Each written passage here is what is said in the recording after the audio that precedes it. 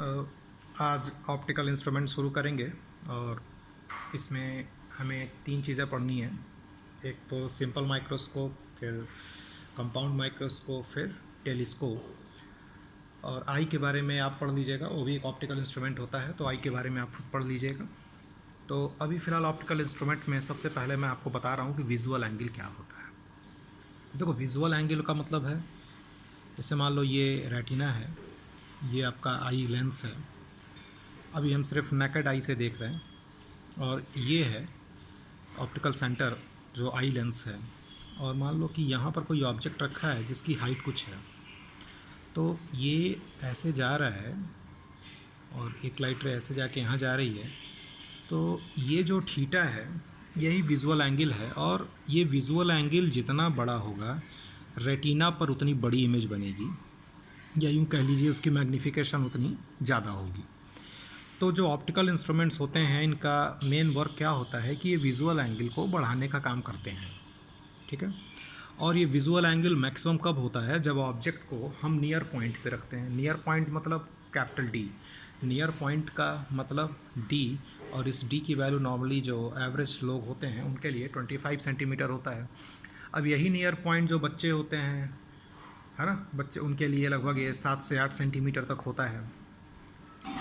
तो ये मैंने लिया यहाँ पे, ये थीटा नॉट, ये मैं इसको विजुअल एंगल बोल रहा हूँ। और ये एच है, डी है, तो अगर टैन थीटा लिखेंगे यहाँ पे तो क्या लिखेंगे? परपेंडिकुलर बाई बेस, यानी एच बाई डी। और थीटा चूँकि बहुत स्मॉल लेते हैं यहाँ पे, तो टैन थीटा को थीटा लिख सकते हैं, तो एच बाई डी। ये आपका अभी थीटा नॉट की वैल्यू आई है ना, और इसको हम विजुअल एंगल बोल रहे हैं। अब देखो, ये जैसे आप ऐसे समझिए, जैसे मान लीजिए कि ये विजुअल एंगल था, अभी इतना ये था और ये कुछ था, ये दूरी थी। अब अगर यही सेम ऑब्जेक्ट थोड़ा सा और दूर ले जाएं, ठीक, थोड़ा सा इसको मैंने यहाँ पे शिफ्ट कर दिया, तो देखो विजुअल एंगल कम हो गया। थोड़ा और दूर ले गए तो विजुअल एंगल और कम हो गया। तो विजुअल एंगल जितना कम होता जाएगा, रेटिना पर जो इमेज बनेगी वो उतने छोटे साइज़ की बनती जाएगी, ठीक है। अब कुछ बातें और जाननी है कि जैसे इसमें हमें एक्चुअली जब हमें ऑप्टिकल इंस्ट्रूमेंट पढ़ना है, ये तो अभी हम नेकेड आई से बता रहे थे आपको।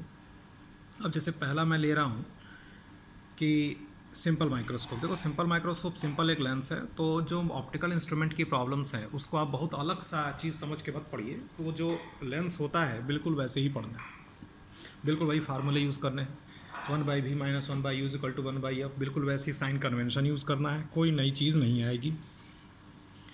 अब आप जैसे यहाँ पर एक चीज़ को लिख दिया है आपकी जानकारी के लिए कि अगर ऑब्जेक्ट इन्फिनिटी पे है तो पैरेलल बीम लाइट इंटर करती है, और पैरेलल बीम जब इंटर करती है तो ठीक है, तो इस समय आई जो होती है मोस्ट रिलैक्स्ड पोजीशन में होती है। आई के अंदर अगर लाइट रे पैरेलली आ रही है तो वो क्या होगी? मोस्ट रिलैक्स्ड होगी। जो आपकी सिलेरी मसल्स होगी वो बहुत ही रिलैक्स पोजीशन में होगी। और अगर ऑब्जेक्ट नियर पॉइंट का मतलब कैपिटल डी, तो देखो ये जो इन्फिनिटी वाले पे होता है ऑब्जेक्ट, इन्फिनिटी को बोलते हैं फार पॉइंट, नियर पॉइंट का मतलब कैपिटल डी।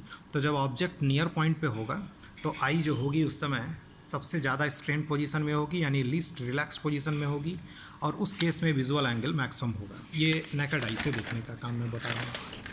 अब अगर आप सिंपल माइक्रोस्कोप की बात करें तो कैसे इसको समझना है, इसकी थ्योरी पहले समझ लीजिए, फिर इसके न्यूमेरिकल्स में देख लेंगे। तो क्या लिख दिया मैंने कि it consist of single converging lens, image found by it is erect virtual enlarged. जैसे ये जो आप देखते थे, ये मान लीजिए कि कोई लेंस है, वो जो थीटा नॉट था एच बाई डी, वो तो हम यूज़ करेंगे ही। अब ये लेंस लिया और मान लो कि लेंस से यू दूरी पर कोई मैंने ऑब्जेक्ट रख दिया, और आई सेम हाइट एच ले रहे हैं, और ये थीटा एंगल है और ये आई है, आई में ये आई पे ये थीटा एंगल बना रहा है ऐसे, है ना। याद रखिएगा जो ये चीज़ पढ़ रहे हैं, लेंस और आई के बीच की डिस्टेंस बहुत कम है। लेंस और आई के बीच की हम डिस्टेंस को क्या कर रहे हैं? इग्नोर कर रहे हैं, ठीक है। तो टर्म आता है एंगुलर मैग्नीफिकेशन। तो पहले, अब एक तो हमने थीटा नॉट लिया, थीटा नॉट की वैल्यू क्या आई थी? H by D. ये नेकेड आई से देखने पे था। ये एक हमने लेंस यूज़ किया, और लेंस से यू डिस्टेंस पर वो ऑब्जेक्ट, अब लेंस आई और ऑब्जेक्ट के बीच में हम लेंस ले आए, और यही लेंस और आई के बीच की दूरी को हम क्या कर रहे हैं? बहुत कम मान रहे हैं, इग्नोर कर दे रहे हैं, तो लेंस से देखने पर ये यू दूरी पर ये थीटा एंगल सबटेंड कर रहा है आई पे, तो वो थीटा की वैल्यू फिर से परपेंडिकुलर बाई बेस यानी एच बाई यू लिख दिया। तो एंगुलर मैग्नीफिकेशन की डिफिनीशन होती है, इस थीटा को थीटा नॉट से डिवाइड कर देंगे, theta by theta naught H by you, theta naught H by D लिखोगे, डी बाई क्या हो जाएगा, ये एच हो जाएगा, एच और एच कैंसिल हो गया, तो क्या आ गया, D by you.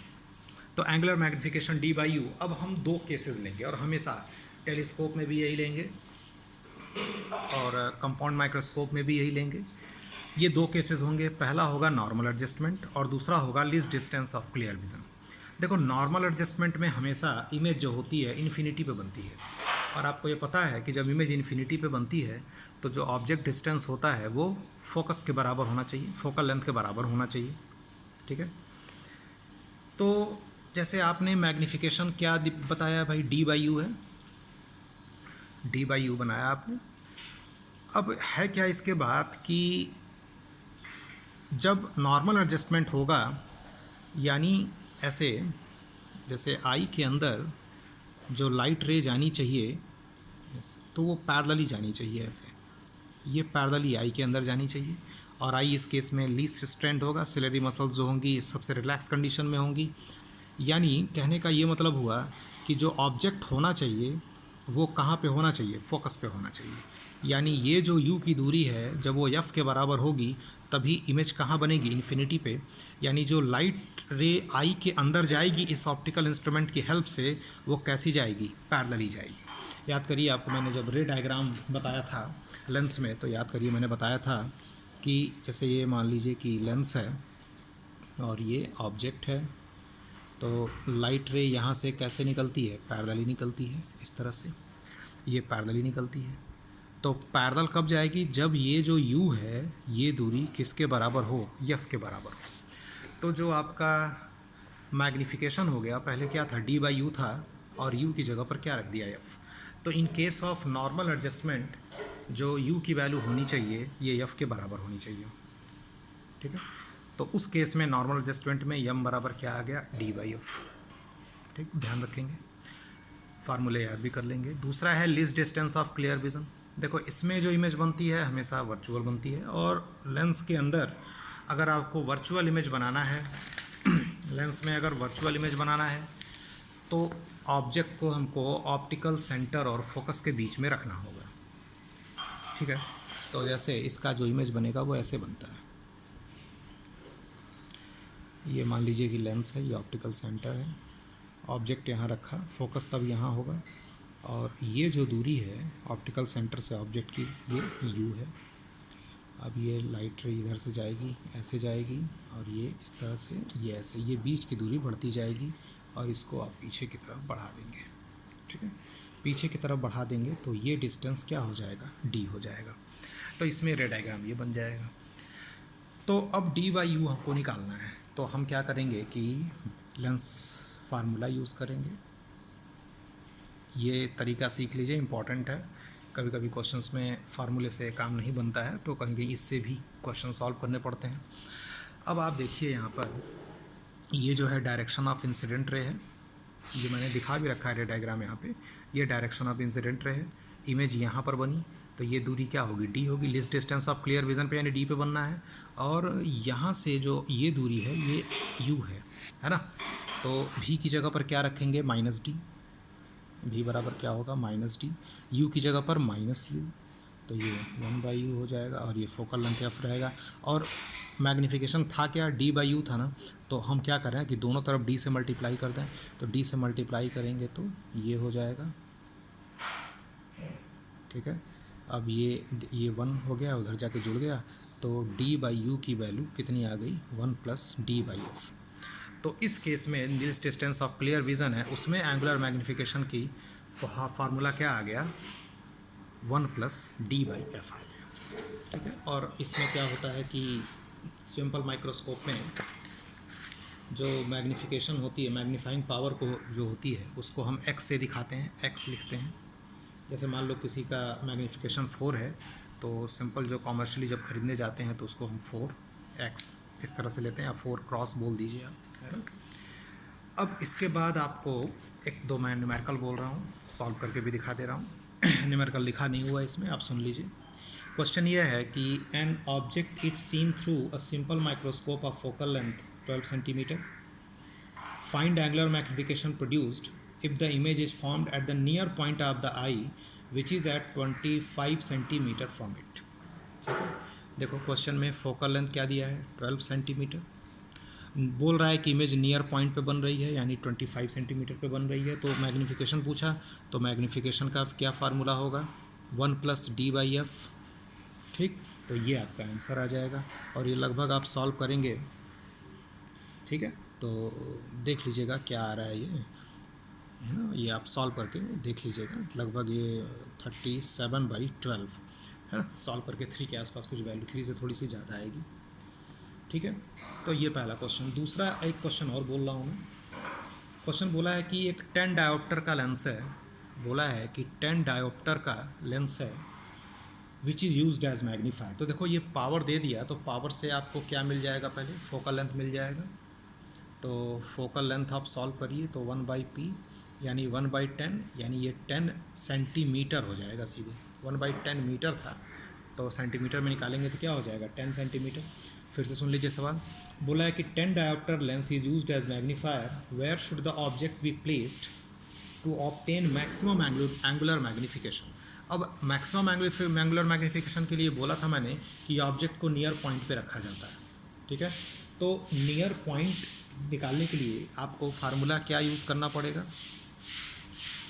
1+d/f, 1+d/f। ठीक है ना, तो सीधे सीधे आप यहाँ पर आंसर निकाल सकते हैं 1+d/f। तो d अपॉन क्या हो जाएगा, ये 10 हो जाएगा।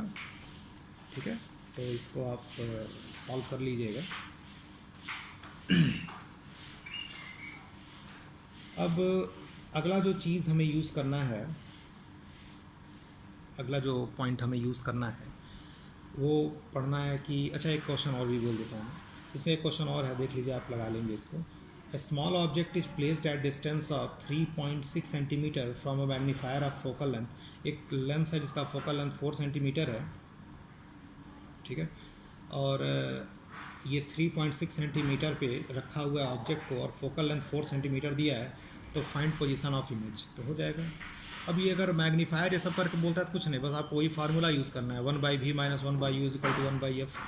अगर केस बोल दिया कि नॉर्मल एडजस्टमेंट का केस है, तो नॉर्मल एडजस्टमेंट के केस में आपको d/f वाला फार्मूला लगाना है, और अगर least distance of clear vision वाला केस है तो 1+d/f। तो जैसे क्वेश्चन ने बोला कि ऑब्जेक्ट डिस्टेंस 3.6 सेंटीमीटर, लेंस का फोकल लेंथ 4 सेंटीमीटर, तो बोला कि फाइंड पोजीशन ऑफ इमेज, तो 1/v - 1/u = 1/f यहाँ से।